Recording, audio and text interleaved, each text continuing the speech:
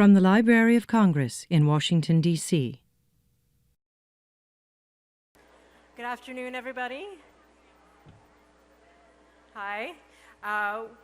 Welcome to the National Book Festival. My name is Nora Krug, and I am a Book World editor at the Washington Post, which is a charter sponsor of the festival. I have a really great job in that I get to introduce all of my kids' favorite authors, one of whom is Mac Barnett. As all of you probably here know, he is the best-selling author of many, many books for children, including Extra Yarn and one of my favorite books, Sam and Dave Dig a Hole, which were both illustrated by John Klassen and both winners of a Caldecott Honor and the E.B. White Read Aloud Award, He also writes the Brixton Brothers series of mysteries, and he has two new books. A very new picture book, which is really wonderful, called Leo, A Ghost Story, which is a very sweet tale about the power of imaginary friends.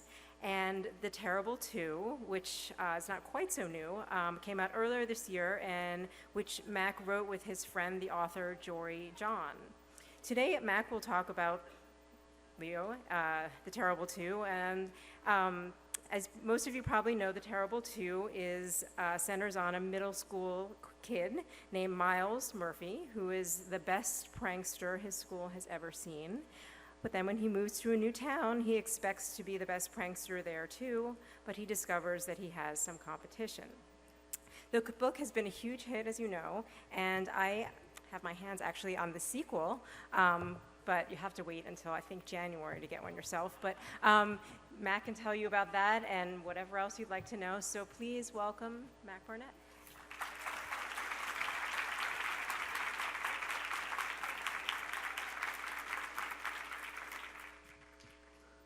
All right, how's it?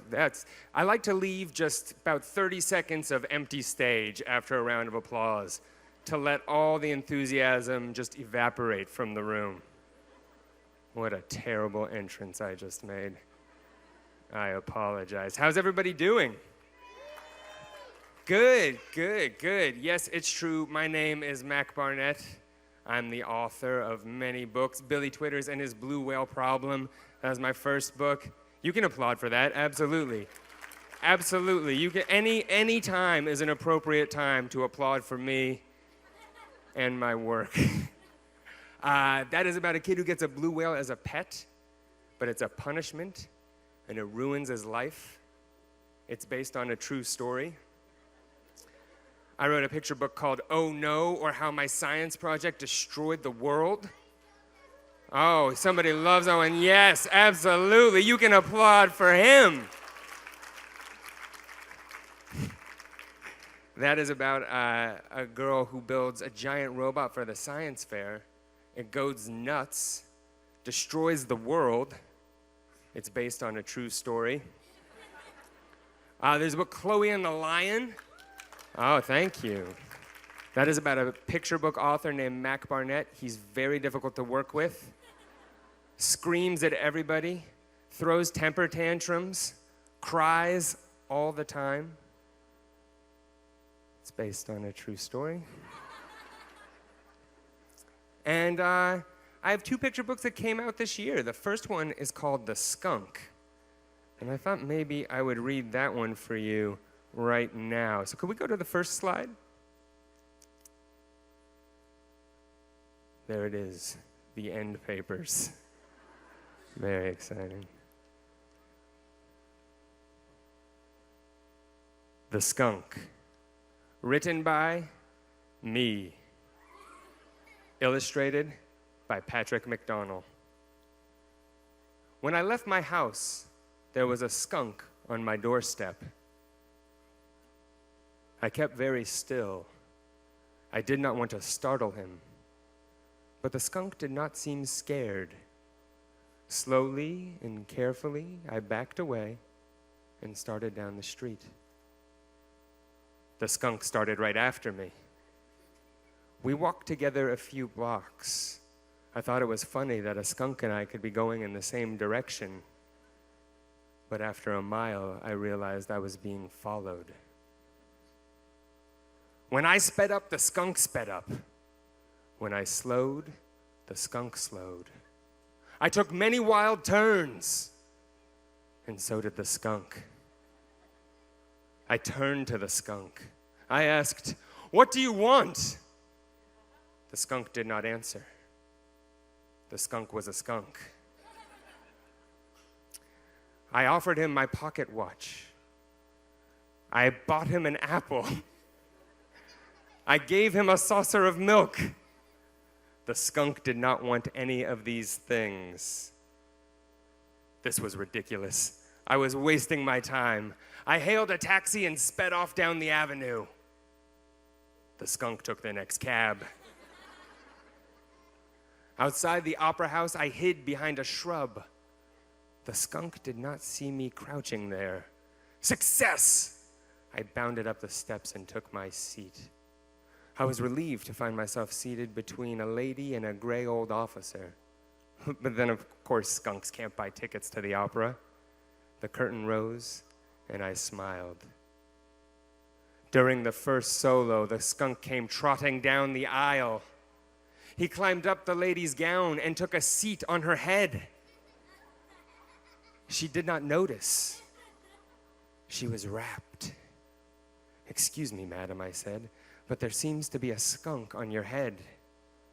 "Hush," said the lady. "This is my favorite part. So strange and so sad." I had to escape. I excused myself and hurried out a fire exit. The skunk pursued me across the city. He followed me through the sculpture garden and the cemetery. I could not get away. I ran to the carnival and bought a ticket to the Ferris wheel. The skunk boarded the gondola after mine. We rode around in great circles. He was not getting any nearer, but he was not getting farther away. I'll admit that I began to panic. I ran past the wharf and turned down an alley. It was a dead end. The skunk walked toward me. "Go away, skunk," I shouted. But the skunk came closer and closer. I lifted a manhole and climbed down into the sewers. I hurried underneath the streets. Many times I paused to catch my breath, but never for long. I had to go on. When I came up, I was in a different part of the city. I found a new house. I bought new things. And on my first night, when I opened my bedroom door, guess who was waiting there for me? Nobody. I threw myself a party. I cooked a large dinner. People brought me gifts. After dessert, during the dancing, I thought about the skunk. What was he doing?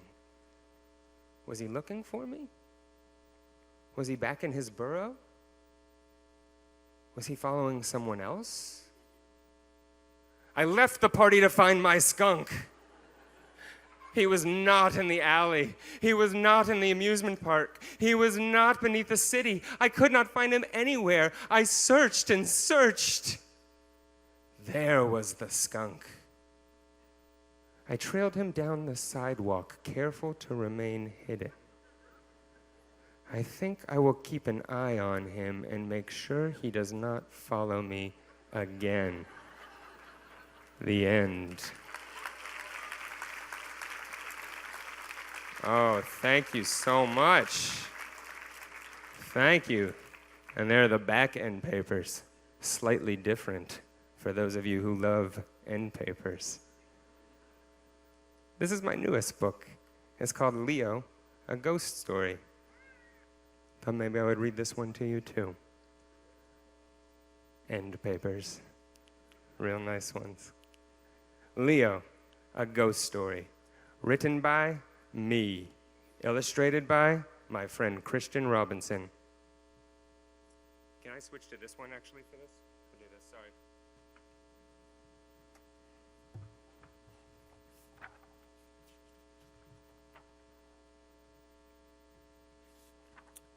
This is Leo. Most people cannot see him. But you can. Leo is a ghost. Leo lived by himself in a house on the edge of the city, reading books and drawing pictures in the dust. One day in spring, a family moved in. Leo was glad to have company. On the family's first night, he made them mint tea and honey toast. Leo thought he was being a good host, but the family saw things differently. They hid in the bathroom and locked the door. "This house is haunted," said the man. "Gary, I'm scared," said the woman. "I hate tea," said the boy, "and I hate ghosts." They did not know that Leo was floating above the tub. He heard everything they said. The family called in a scientist, a clergyman, and a psychic to get rid of the ghost. But they should have saved their money. Leo knew he was unwanted. He said goodbye to his home and left. "I have been a house ghost all my life," Leo thought. "Maybe I would like being a roaming ghost for a while." So Leo roamed. Leo saw the city and the people who lived there. Nobody saw Leo. The city was not like Leo remembered it. Some places were wonderful. Some places were scary. Everywhere it was so noisy. Leo went to a street corner where his favorite candy store used to be. Now nothing was there. "Excuse me," he asked a police officer. "Do you know where—" The officer walked right through him. There was an afternoon when Leo found himself roaming along a sidewalk covered in drawings. He came across a girl holding chalk in her hand. The girl looked up and stared right at Leo. "I'm Jane," she said. "What's your name?" It was so strange to be looked at that at first Leo said nothing. Finally he replied, "I'm Leo." Jane nodded. "Leo, do you want to play Knights of the Round Table?" "Yes," Leo said, because he did. "Good," said Jane. "First you have to get knighted by the king." "Who is the king?" Leo asked. "I am," said Jane. "That's why I'm wearing this crown on my head." Leo looked at her head. He did not see a crown. Still, he kneeled down and was knighted on the spot. Leo and Jane sat at a table. "Sir Leo," said Jane, "meet Sir Ruffs, a loyal dog. Don't you think he looks handsome in his armor?" "Yes," said Leo. He bowed at an empty chair. "And Sir Leo," said Jane, "this is Sir Muse, a loyal cat. Don't you find his whiskers wise-looking?" "I do," said Leo, and he bowed again. "And finally," said Jane, "this is Sir Squawks," Leo interrupted, "a loyal bird." Jane frowned. "No," she said, "Sir Squawks is a giant hamster." "Oh," said Leo, I'm not wearing my glasses." Jane squinted at the chair. "I guess," she said. "Jane," a woman's voice came from another room, "tell your imaginary friends goodbye and come down to dinner." "Fine," said Jane. She turned to Leo. "My mom doesn't think imaginary friends are worthwhile, but I think you're great." And with that, she stood up and went to the kitchen. Leo felt awful. "She thinks I'm imaginary," he thought. "If I tell her I'm a ghost, I will scare her away." After dinner, Jane returned to her room and gave Leo a sword. They snuck into a cave, slew a dragon, and stole all his loot. When Leo closed his eyes, he could almost see the gold coins and green scales. After a glorious feast, it was time for bed. Jane gave Leo a pillow and a sheet. "Don't tell Sir Ruff," she said, "but you are my best imaginary friend." "Yes," said Leo. He was so happy he couldn't sleep. Leo went to the living room so he wouldn't wake Jane with his rustling. All night he lay on the floor designing his coat of arms. And so Leo was awake when a sneak thief climbed through the window. "Halt!" cried Leo, but the thief passed through him on his way to the silverware. Later, Leo would not be able to say where the idea came from. He threw the bedsheet over himself and flew at the thief, who was so frightened he dropped all the salad forks. Leo chased the man into a closet, then slammed the door shut and locked him inside. It was very well done. The sound of the door woke Jane, who called the police and roused her mother. A squad car came and hauled the man off to jail. That was that. "Thanks," said Jane. "You're welcome," said Leo. "I'm glad I could help. But Leo, said Jane, if you're my imaginary friend, how did you scare that robber? Leo looked down at the carpet. Jane, I told you a lie. I'm a ghost.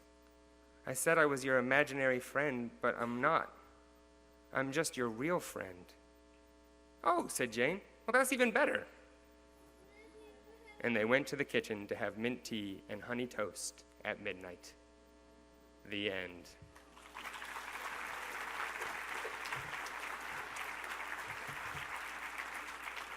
Thank you.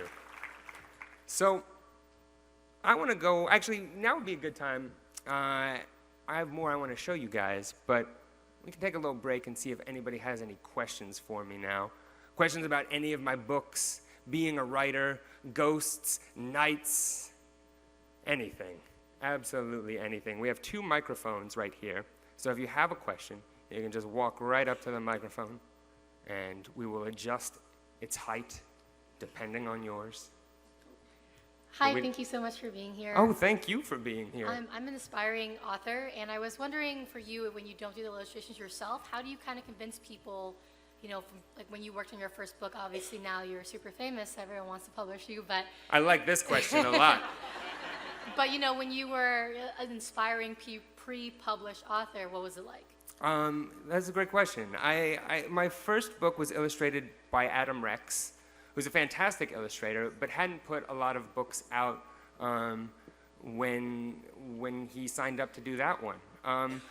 I try to write books, I guess, in general, always, and from the start, that are good for illustrators. I think that my job as a picture book writer is to create opportunities for the illustrator to look good. And to really tell the story. You know, I of course want the words in my book and the sentences to be good ones, but almost more important than that is to create sort of an architecture for the pictures. And so I really try to write books that illustrators have fun illustrating and feel like give them room. So just in general, I hope that they see it and think like, oh, this will be fun. There's a lot of work for me to do here, and I'm excited about that work. Yeah. Maybe over here. In your book, Leo, why are the characters all blue?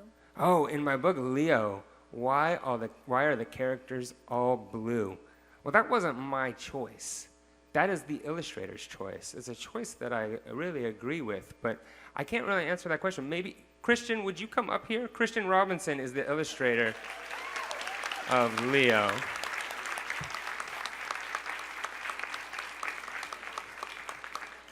Let's sustain that round of applause. He was very far away. Here we go. We'll give him the handheld mic. Hello. So why did I go with blue?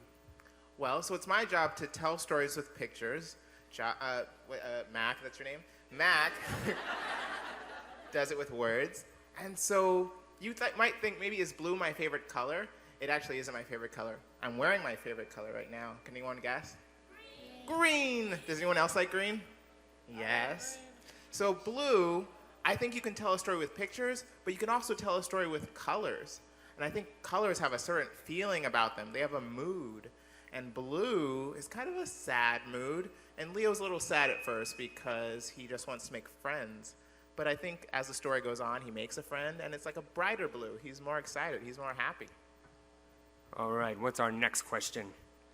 How many books did you write? Oh, how many books have I written? Leo is my 20th book. Yeah, absolutely. Yeah, we can applaud for that. Thank you. Thank you. Are you going to write another Brixton Brothers book? Ooh, well, I write a Brixton Brothers book. That's a detective series I write, and there are 4 books in that series. And I have ideas for the 5th book, but I don't know when I'm going to get around to writing it. But I want to. I really like the world of those books. I love those characters. They're really important books to me. So I think I will get around to it, and I hope people still care about it when I do. Well, we will. We definitely will. Oh, thank you so much. Hi. Yes, hi. In all of your books, you've had different illustrators work with you. How do you decide what illustrator you want with you on a particular book? So most of the time, the author doesn't get to decide and doesn't get any say whatsoever. I've been lucky enough, I think for my first book, I didn't really know that was a rule.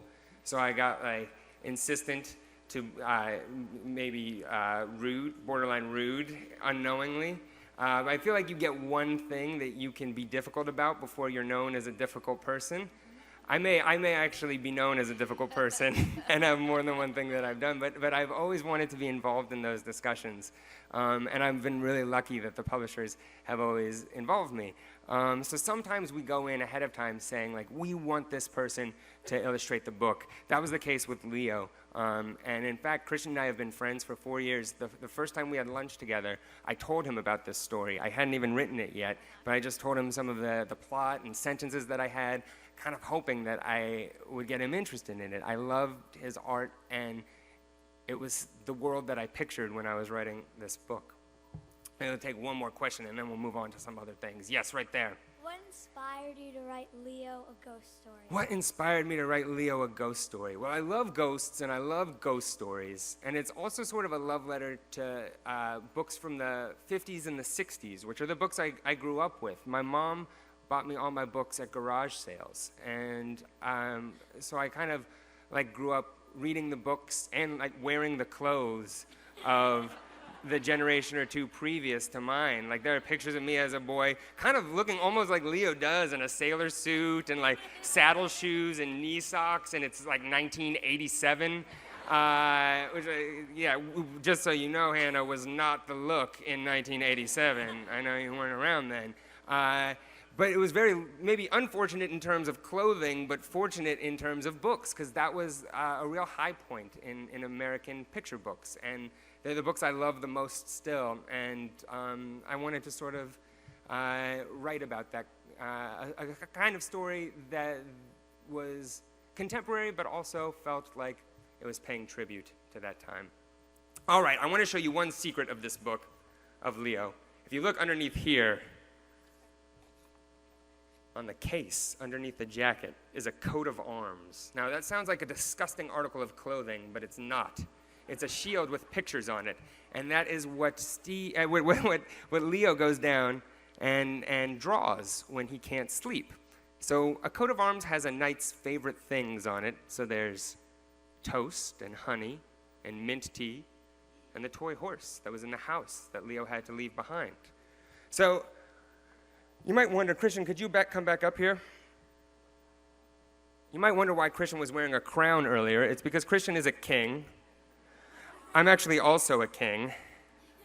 And because of that, we're qualified to knight people. So we would like to knight somebody in the audience right now. I don't know if there is anybody who's brave enough, a brave volunteer who thinks they might be able to be ready to be knighted. Let's see, and it's very bright, so I'm having trouble seeing. Come up right here in the front row, absolutely. A round of applause for our brave volunteer. All right. What is your name? My name's Annie. Your name is Annie. Annie. All right, Annie, I have some questions for you. These are questions that I have to ask to all knights. This is your first test as a prospective knight. The first question is, did you have a good summer? Yes. Good. That's good. What was the best thing you did all summer? What was your favorite thing? I went to California. You went to California. That's where I'm from. That's where Christian's from. That's a good state. What was the best part? What did you like about it? Going to the beach. Going to the beach. Do you like the beach? Is that you kind of like a beach person? Yeah. All right, I like that. Okay, the beach. All right, here's another question I have for you. Have you ever eaten food before? Yes. That's good. That's good. That's good. Everybody should do that. What is your favorite food of all the foods? Tacos. Tacos. Some enthusiasm for tacos in the audience. So you can applaud for that. Tacos. And the last question, and this is very important, what is your favorite animal? Cats. Cats. Fantastic. All right. All right. And the last question, how do you spell your name? Annie. Just a classic Annie. Fantastic. All right, Annie. Well, let's come around and see what our royal artist has been up to. You can tell he's a royal artist because he has a marker and a crown. Now, he is working on your coat of arms, Annie. We have a delicious-looking taco. We have you lounging beachside, and a cat. It is the coat of arms for Annie the Brave. Thank you. Absolutely, absolutely. But Annie, don't sit down because you are not a knight yet. Come on up. There's one more important part. You have to actually be knighted. Now, Christian is not just qualified to make coat of arms. He is also qualified to knight people. So we have to get down on one knee. Now, Annie, this sword is going to come very close to your head. But don't worry. It's just going to tap you on the shoulders. It's going to tap you 3 times. And once that happens, you will be a knight. 1, 2, 3. Please rise. A round of applause for Annie, the Brave, our noble knights. Now, I tell you what, we would like to knight everybody here before we leave. So I would recommend if you're in the front row to get down on one knee. Those of you in chairs, there is a joint issue waiver. But you have to take the knight's vows. And these are promises that you make. So I'm going to ask you to promise certain things, and you have to say yes. But you can't just say yes the way an ordinary person says yes. No, you have to say yes the way a knight says yes. How does a knight say yes, Christian? Aye! Let's practice that. Aye! All right. So I will ask you a series of questions, and you have to say yes. You stay right up here with me, Annie. Are you ready to take the knight's vows, everybody? Good, you guys are sharp. Good. As usually I trick some people with that one, but you guys all said aye. All right. Yeah, we can keep the music going. Let's do it. Let's get our fanfare. This is a big occasion. This is the most nights ever created in one place. This is real. All right. There we go. Do you swear to protect the weak and defenseless? Do you swear to live for honor and for glory? Do you swear to refrain from the wanton giving of offense? You guys, I don't even know what that means. I don't think you guys do either. Can't believe you just agreed to that. Do you swear to honor your fellow knights, especially Sir Ruffs the Handsome, Sir Mews the Wise, and Sir Squawks the Giant Hamster? Do you swear to persevere to the end of any endeavor begun, including a long set of vows? Do you swear to never turn your back upon a foe? There was a little hesitation on that one. You guys are like, is this foe very large? Do you swear this in the spirit of truth, wisdom, beauty, snacks, cats, the beach, and friendship? Christian passed the sword over them 3 times. 1, 2, 3.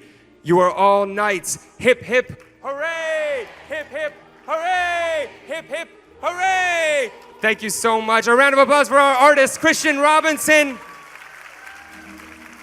And for Annie the Brave. Thank you so much for coming. Enjoy the rest of the festival. This has been a presentation of the Library of Congress. Visit us at loc.gov.